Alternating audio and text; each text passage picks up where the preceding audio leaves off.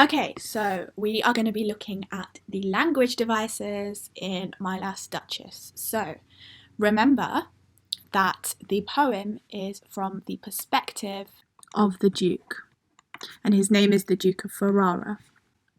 Okay, so this is him talking, and he is talking to the servant of his future father-in-law. So that is, we realise later on in the poem, that's who he's talking to.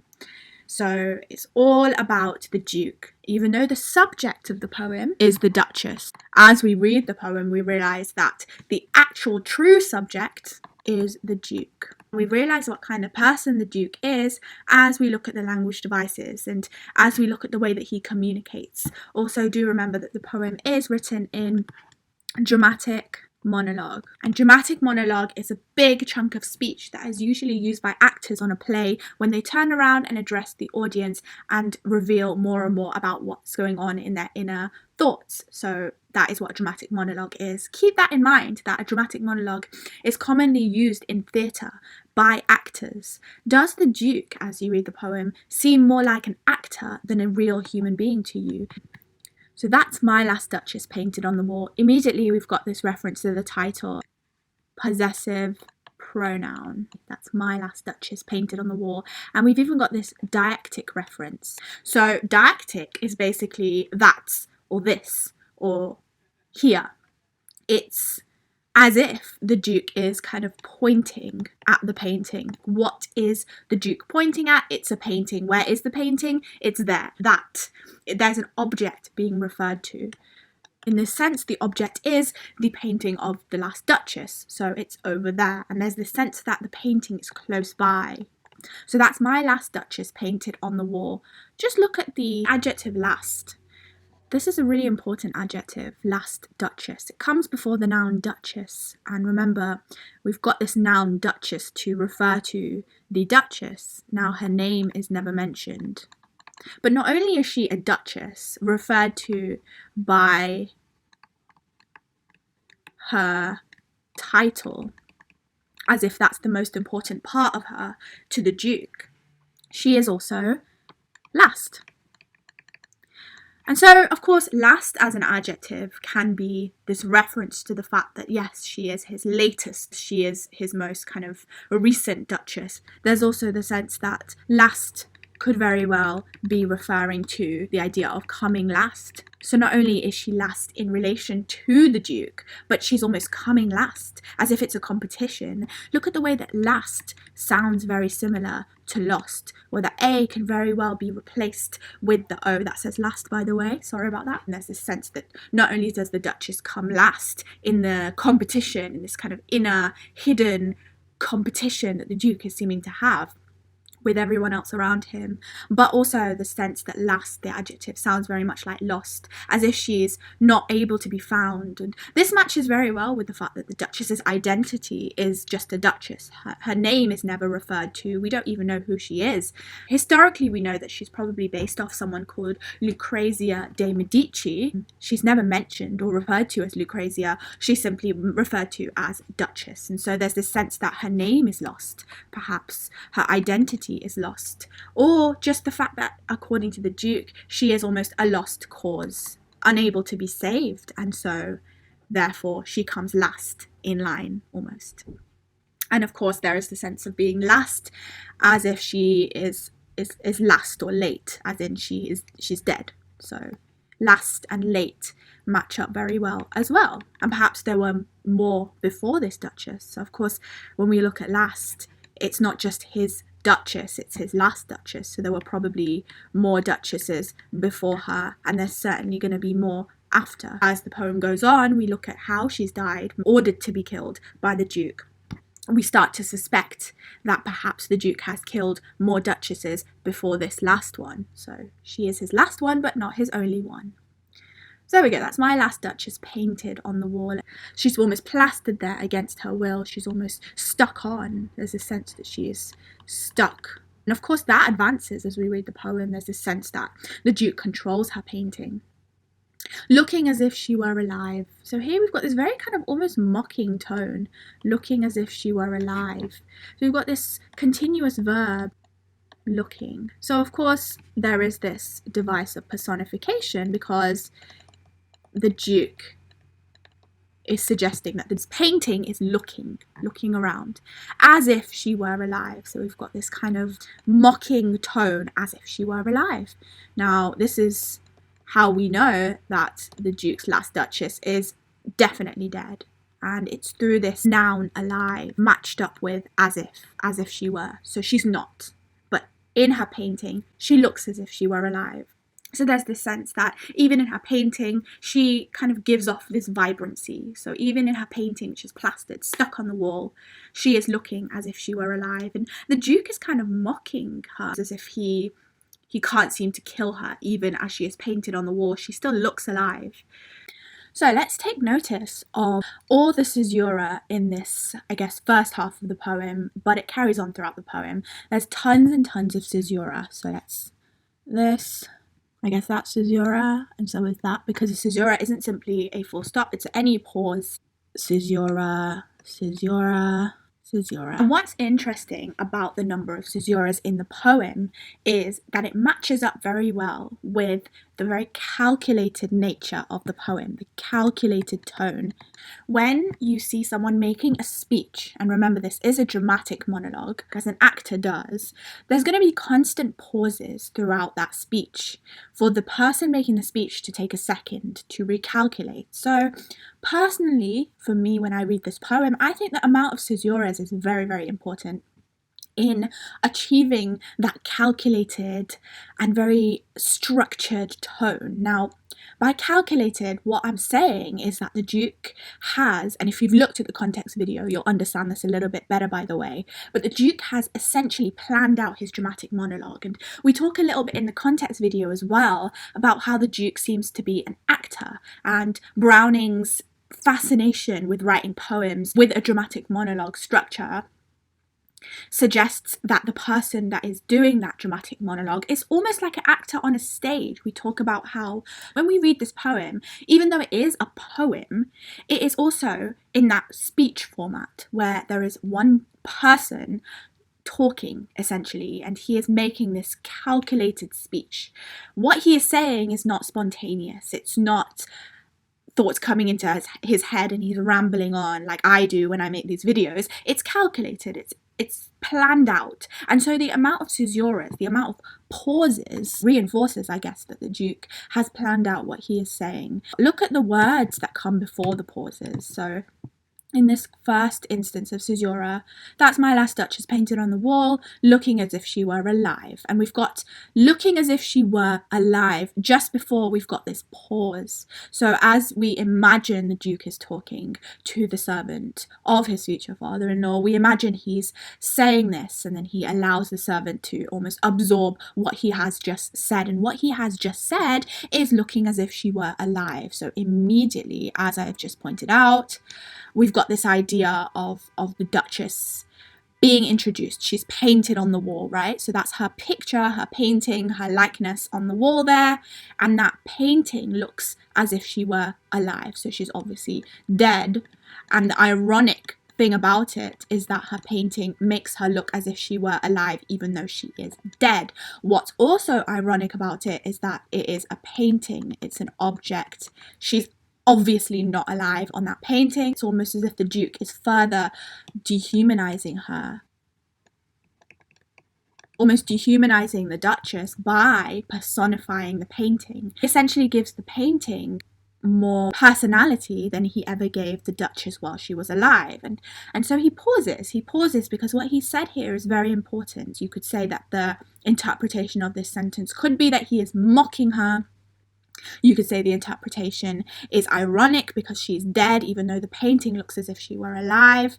And you could say that the personification of the painting makes the Duke seem as if he is dehumanizing the Duchess even more. He almost prefers her as a painting than he actually ever preferred her when she was alive. And so he says that she looks as if she were more alive in the painting than she ever did in person, if that makes any sense at all. But the point is that it is a very important sentence here because it really initiates the Duke's personality, I guess. It really sparks the seeds of doubt It's the very second sentence of the poem, and we realise immediately by this line that there's something wrong about the Duke, that there's something almost off about him. He is talking about his last Duchess, his wife, but he's talking about her in such an odd way. It's almost sly, it's almost sneaky, and it's almost mocking, and so it gives that first spark that the Duke is not quite right, and that caesura which accompanies it, it really cements this, it really solidifies this. So then we've got, I call that piece a wonder now, for our Pandulph's hands worked busily a day, and there she stands. So again, constant kind of personification of the painting. So the Duke is constantly personifying this painting. The Duchess is obviously not alive, but he refers to the painting by that pronoun she. And so again, it's almost this idea that the Duke prefers the Duchess stamped on a wall, lifeless, but looking as if she were alive. She's not actually alive, but she just looks it. And that's what the Duke cares about. He doesn't care about an actual living, breathing person. He seems to care more about the painting of her, her likeness, her imitation, and he can control that imitation. He can actually control who gets to see it, and he gets to control when he sees it. And so he prefers that to the actual living, breathing Duchess. We've also got this reference to Fra Pandulph's hands, again followed after a caesura, that piece of wonder now. Pause, Fra Pandulph's hands worked busily a day. And Fra Pandulph is actually a painter. And the Duke is basically saying that the painter Fra Pandulph, who, by the way, notice he gets a name, and it says he worked busily a day, and there she stands. So essentially, Fra Pandulph the painter was working hard in order to paint the picture of the Duchess. Now, back in these days, the person who was being painted would sit for a day, and a painter would come and paint that painting while that person sits. That person had to sit still all day. It took ages for a painting to be painted, and that person who was being painted was not really allowed to move. So that's interesting, because now we know the Duchess would have been sat there or stood there while Fra Pandulph, the painter, painted. But it's Fra Pandulph who is almost being recognised here, and not the Duchess herself. The Duchess is almost passive. She's there to be looked at. We've got the sense that the painter, Fra Pandulph, is active. So even though the painting is of the Duchess, it's almost as if the Duchess is pushed to the back. It doesn't matter. She looks as if she were alive, and that's all that matters. What really the Duke is highlighting is that Fra Pandulph's hands worked busily a day, and there she stands. It's Fra Pandulph that gets to be congratulated, and it's his hands that worked busily a day. And there the Duchess's likeness, her painting, stands. So the Duchess almost has no say. Again, the Duchess is pushed to the back. She's very passive, and the painter, who was a man, it's his hands which worked to create this masterpiece painting. And so the Duke, again, we've got this very sexist attitude that it almost seems as if the painting itself is there to be looked at, admired, almost mocked, because we know that the Duchess is dead by this point, but we're looking at her painting knowing she's dead. And the Duke goes, oh, she looks as if she were alive here. It's almost very insensitive. Well, it's very insensitive, but it's almost mocking. It's almost funny to the Duke. And then he goes on to further reduce the Duchess's involvement in her own painting by saying that it was Fra Pandulph's hands which worked busily. And also, don't ever forget that throughout this poem there is a real sexual aspect. And so when we look at Fra Pandulph, who was a male painter, his hands worked busily, I definitely think that there is a sexual connotation here, especially with the noun hands and the adverb busily. And I guess even the verb worked. When we look at these isolated hands busily worked, we do get the sense that perhaps Fra Pandulph's hands kind of caressing over the Duchess. And, you know, there is definitely a sexual aspect to the way that this has been phrased. Fra Pandulph's hands worked busily, and there's a sense again like he is actively working busily, and that I think that combination of hands worked and busily combined, especially when we look at the rest of the poem and the sexual connotations or the sexual undertone as the poem goes on, I definitely think you could say that there is a semantic field of sex. Fra Pandulph's hands worked busily for the painting to be made. She is being sexualized, she's being turned into this object, she's been turned into this kind of overly sexual creature, and all the while her as a person is being diminished more and more and more. So we're 4 lines in, and already we've got this sense of the Duchess being an object to the Duke, being a sexual object to the Duke, free for all almost. He's allowing Frau Pandolf to kind of caress the Duchess and paint her in this sexual light, and he's doing it as well. And so it's almost, and again, he's talking to a servant who would have been a male, who was the servant to the Count. He's almost allowing the servant to gaze upon the Duchess as well. Later on he says that since none puts by the curtain I have drawn for you but I, so he's revealing that he's got this curtain which he uses to hide the painting. He reveals that curtain back so that anyone who he allows to see the painting. So there's this voyeuristic aspect. Voyeurism is basically when someone is observing someone else in a sexual act. So voyeurism, a peeping Tom is a voyeur. In the way that Browning has the Duke speaking, there's this sense that we are seeing something we're not meant to, and there's this hidden kind of sexuality behind what the Duke is saying. It's very dirty, it's voyeuristic. It seems like we are looking at something we shouldn't be looking at, and the Duke is making us feel uncomfortable in the way that he is speaking. Wilt please you sit and look at her, I said, Frau Pandolf by design, for never read.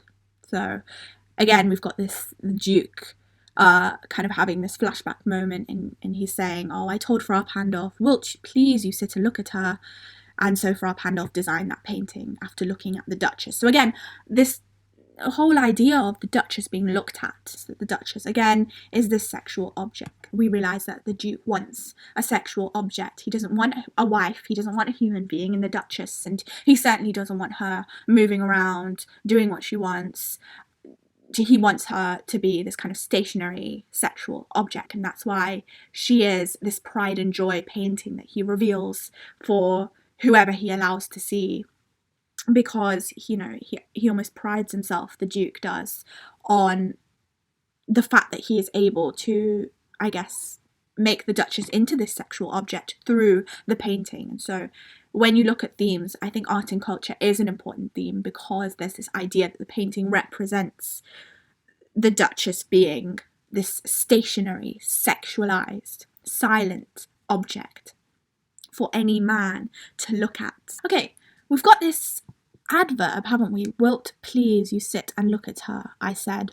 So what's interesting about this is that the Duke is using this adverb please when he's talking to Frau Pandolf. And remember, Frau Pandolf is a painter that the Duke was paying. So technically Frau Pandolf is providing a service, but as the Duke recounts what he said to Frau Pandolf, it's in speech marks, wilt please you sit and look at her, I said, we've got this sense that the Duke is very polite, he was very polite to Frau Pandolf. And I guess, whether this happened or not, whether the Duke actually was polite, is up to you to decide. Remember, the Duke is the one who is speaking in this poem. He is the speaker. Even through the adverb please, we've got this sense that the Duke is simply being polite in order to manipulate. Duke's politeness is fake. It's a way for him to get what he wants. Now, later on, I don't know if it's here. Yes, we've got this address, sir. Formal address. I remember this is the Duke talking to a servant, and Frau Pandolf as well was a servant providing a service to the Duke. But he's using this polite form of address, this formal address, sir. And I guess this gives the sense that the Duke is a very polite man. He uses language to manipulate people to do what he wants. But in reality, the Duke, I don't think, is a very polite person. I don't think he's polite to his core. He's probably using these, formal terms of politeness and formal forms of address in order to essentially get what he wants, in order to manipulate the people who he is talking to make him seem like a nice guy, but actually he's not a nice guy. And so in a sense, he is a bit of a liar, and he's a bit of a master of words. He's able to use words to get what he wants. We ended with, wilt please you sit and look at her, I said, Frau Pandolf by design, for never read. So again, we've got this kind of congratulating aspect. The Duke is congratulating, in a sense, or praising Frau Pandolf. Essentially, it's really interesting that he is praising Frau Pandolf for the things, that's meant to say Pandolf, by the way, sorry, very disgusting writing there, But essentially what he's doing is he's praising Frau Pandolf for encapsulating the Duchess's face. And it's interesting because as you read the poem more, he, even in this line here, the depth and passion of its earnest glance, he's kind of saying well done to Frau Pandolf for being able to capture that in the Duchess. But he seems to not like that in the Duchess herself, right? He doesn't like the fact that she has depth to her, that she isn't just an object, that she has passion, that she feels, right? He doesn't like that in the Duchess herself, right? And that's obviously why he kills her, because she has depth and passion, and that's why she is killed. But what's really interesting about this poem, what really I think makes this poem very deeply psychological, is that the Duke really enjoys seeing this in the painting itself. He enjoys seeing the depth and passion in the Duchess's earnest being serious. He enjoys that. He enjoys seeing that in her painting, but he doesn't enjoy seeing that in her when she was alive.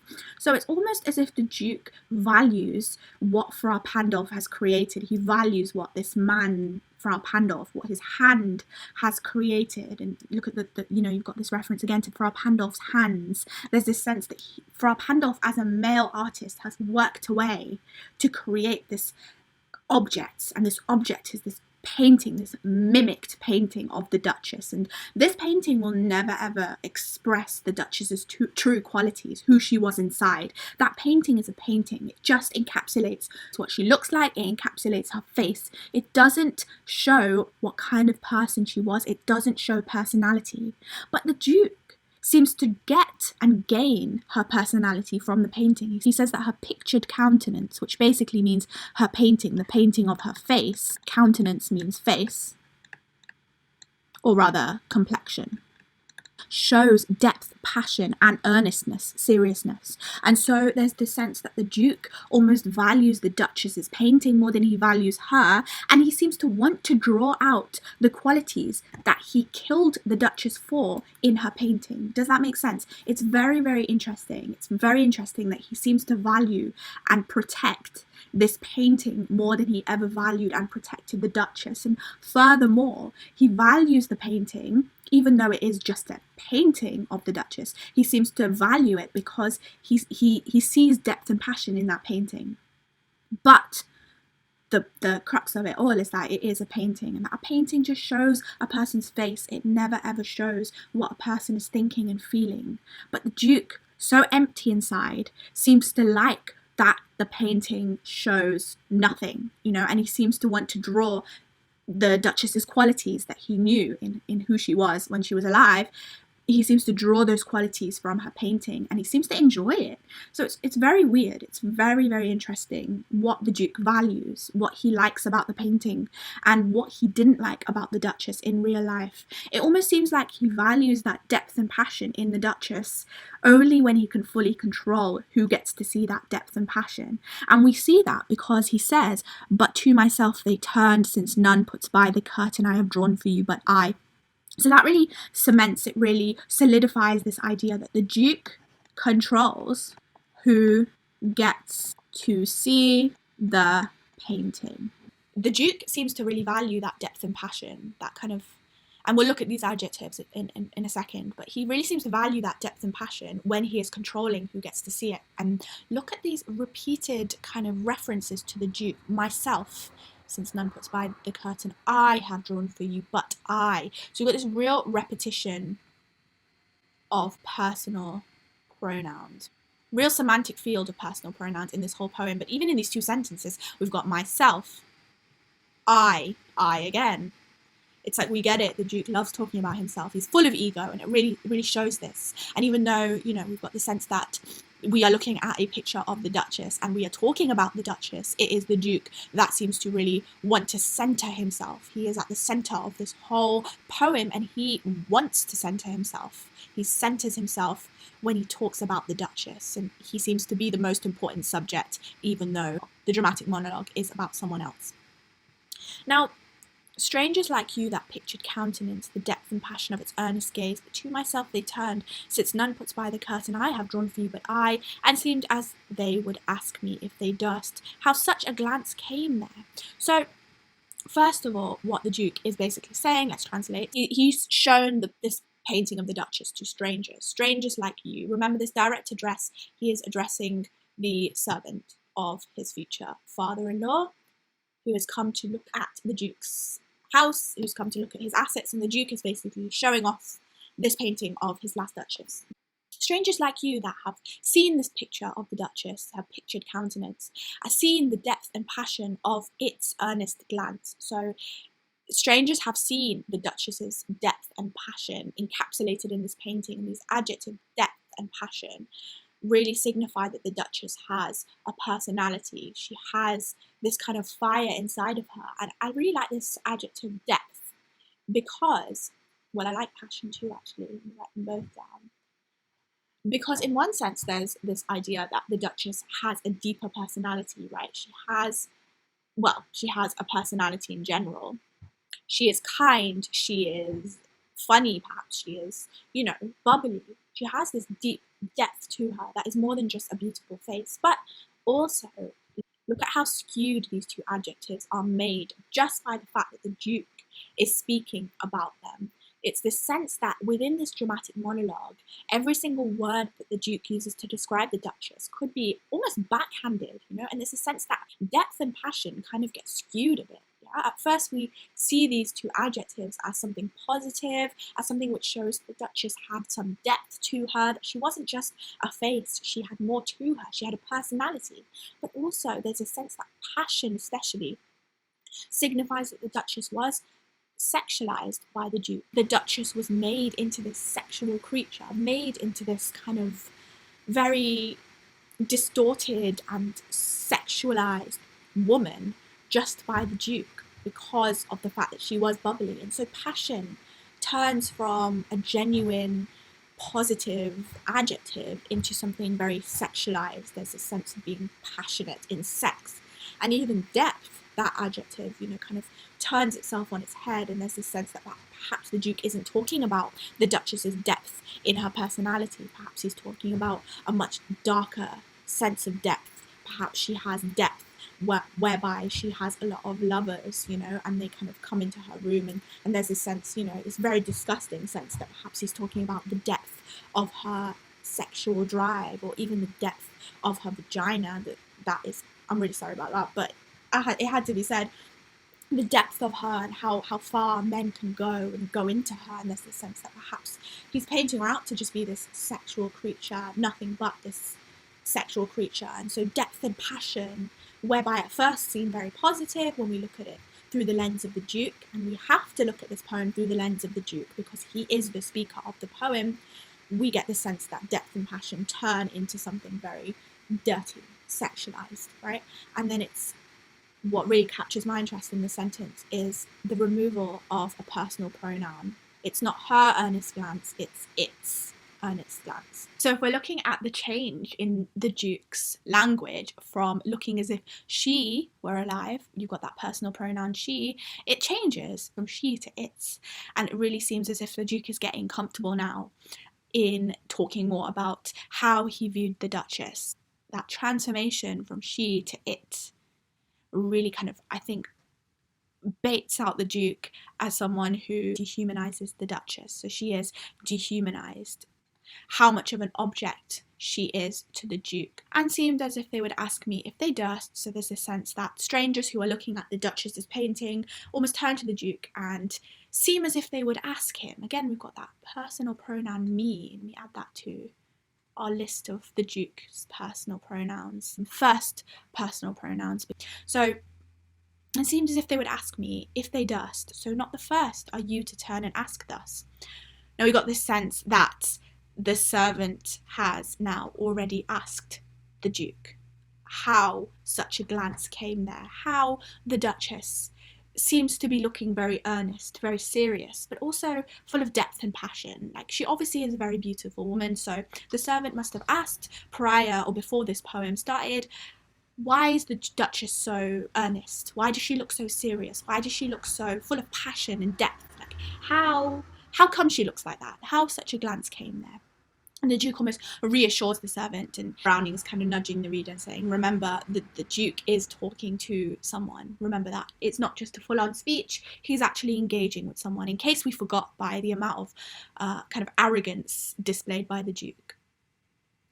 Sir, 'twas not her husband's presence only that called that spot of joy into the Duchess's cheek. So first of all, again, we've got this address, this formal address, sir. We talked about that, to manipulate the servant and make the Duke seem very respectful and polite. But obviously actions speak louder than words, and that's what Browning wants us to see in this poem. And also, you know, he wants us to see that there's more to it than just language. There's depth to the poem itself, more than just what we see at surface level. So yes, there is a sir, but it's not a respectful sir. It's a manipulative sir. And we realise, actually, how little respect the Duke actually has for servants later on in the poem as well. So that is very interesting, that even though the Duke refers to his future father-in-law's servant as sir, we realise later on that the Duke actually has very little respect for servants in general, because he gets very angry at the Duchess for even smiling at servants.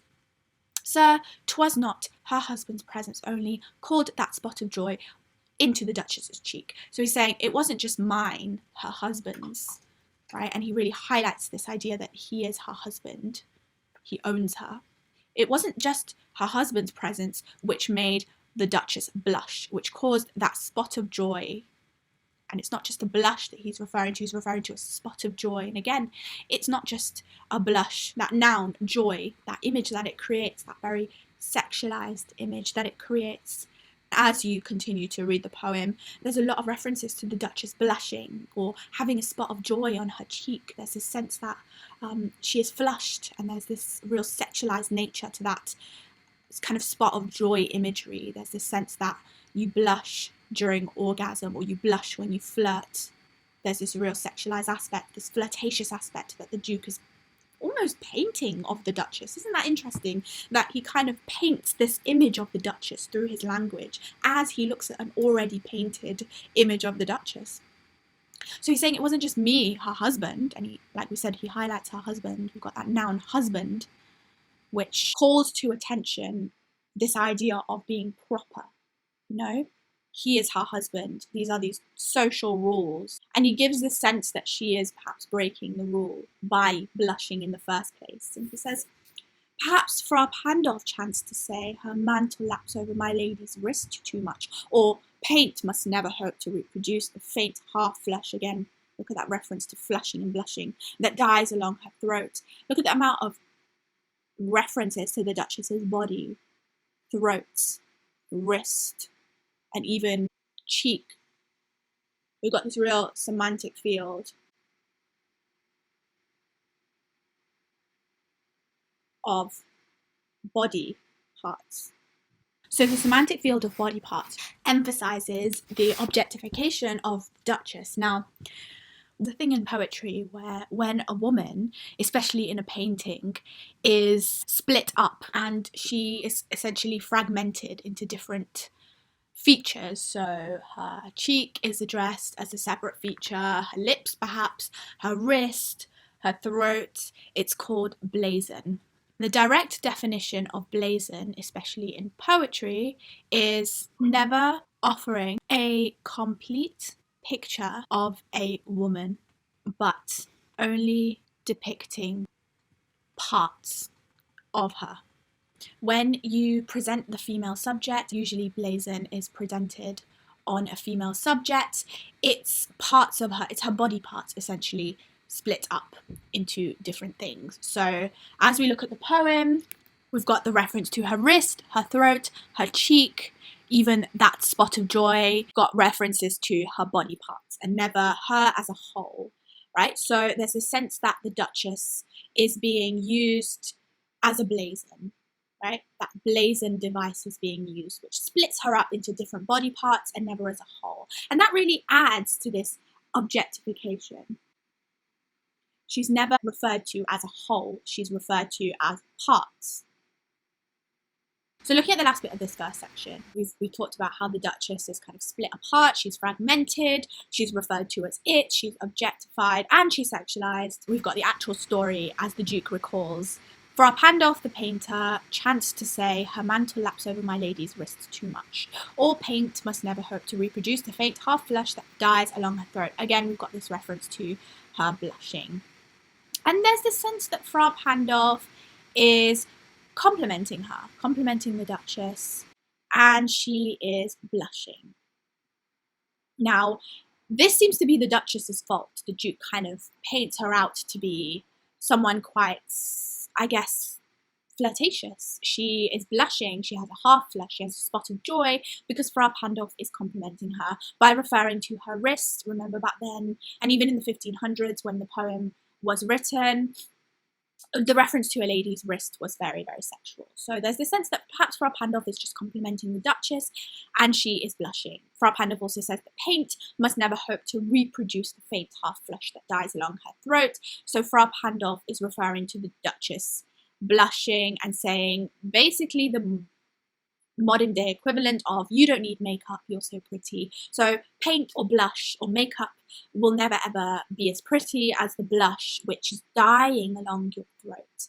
And so the Duchess finds that really flattering and she blushes, and the Duke is watching the whole time and he's jealous. He's jealous of the fact that Frau Pandolf is making the Duchess blush. And so we've got this real image of a half flush, right? And again, that orgasmic image, this idea of flushing during orgasm, flirting, which refers directly to this spot of joy as well, that dies along her throat. And look at the present tense verb, dies, reference to dying, right? And it's present. There's the sense that directly contrasts alive.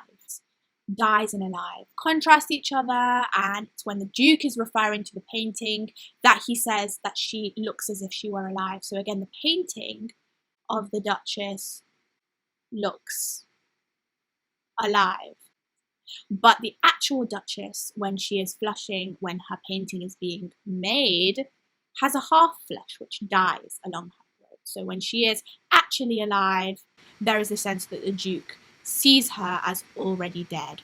There's this sense that the flush which is on her throat signifies that she is alive as well. She has this half flush, and then the Duke directly contrasts and transforms this into the verb that dies along her throat. So not only do we have this idea of foreshadowing that the Duchess will eventually die purely because of her kind, easily impressed kind of nature. She blushes at everyone, she's happy, she shows emotion, and that actually has her killed.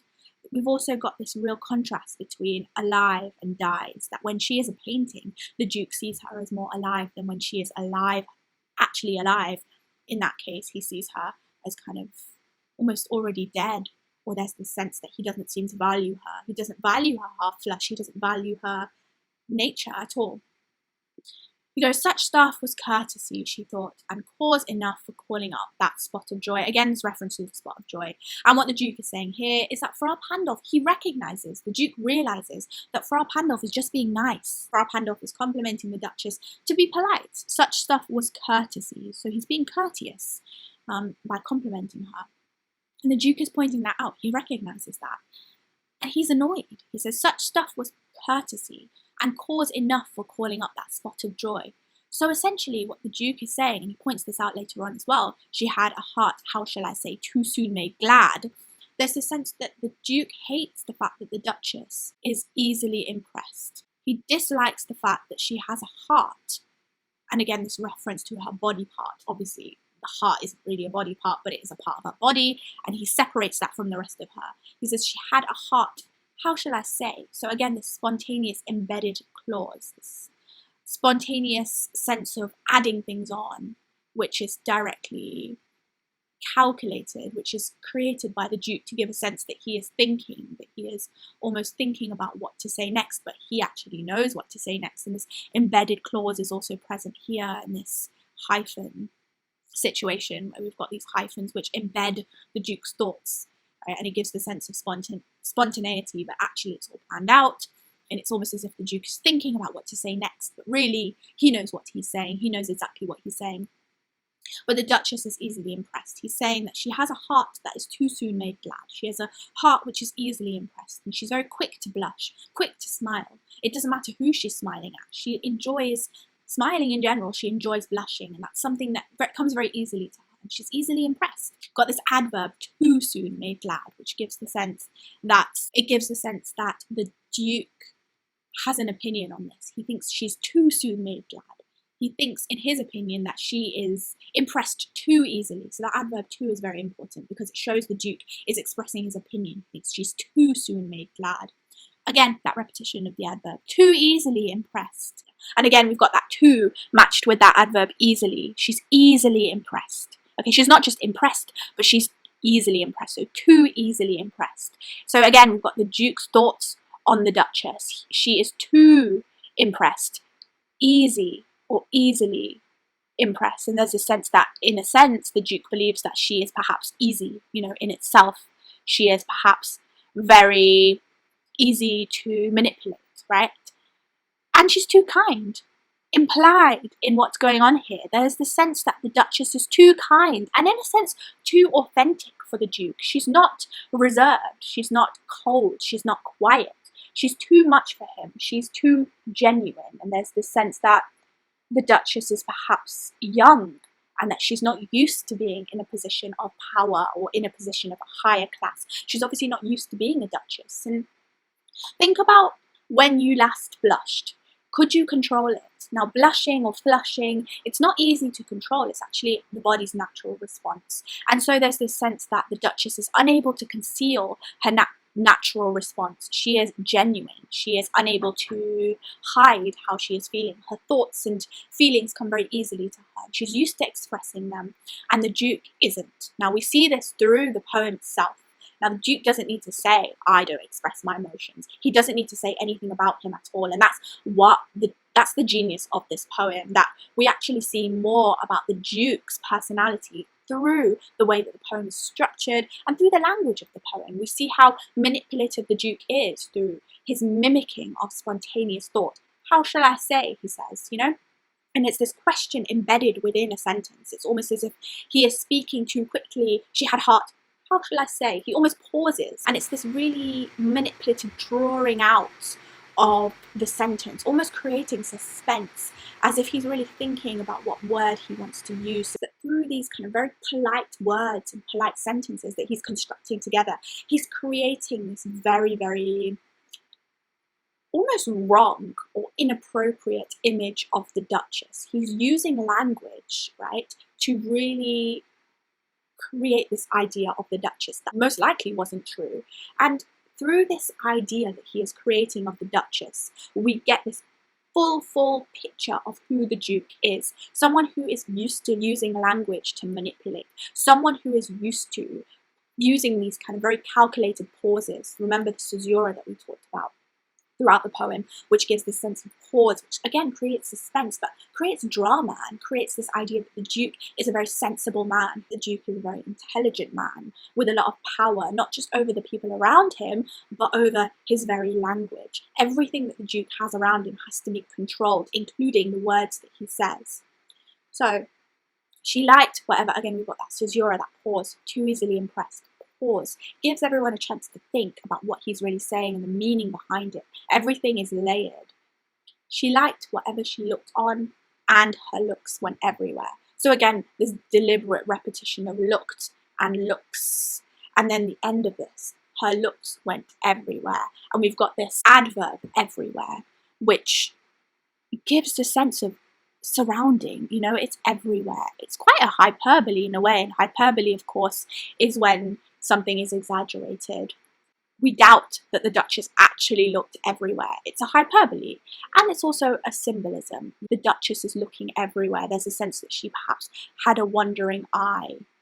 And again, the Duke is painting this, manipulating this, the image of the Duchess into this sexual person, which, as we read the poem, we start to question whether she actually was flirtatious, whether she was actually sexual. But the Duke is definitely making her out to be incredibly sexual. I get the sense when I read this poem that the Duchess was just someone easily impressed. She was nice, she was kind, but the Duke is manipulating her into this sexual and calculated woman who, looks everywhere and flirts with everyone. Obviously, what the Duke is doing is putting his own manipulative nature onto the Duchess. Almost seems as if he has not a kind bone in his body, and so he makes the Duchess out to be unkind as well. It's almost like he can't recognize genuine kindness. And so again, what I'm doing here is reading the poem with the subject being the Duchess, but actually discovering more and more about the speaker, the Duke, and what kind of man Browning is painting here. So yes, that is the first part of my Last Duchess, the analysis. Hopefully you've got a lot out of it. There's a lot in it that you can look at. This is only the first third of the poem, and we've picked out a lot.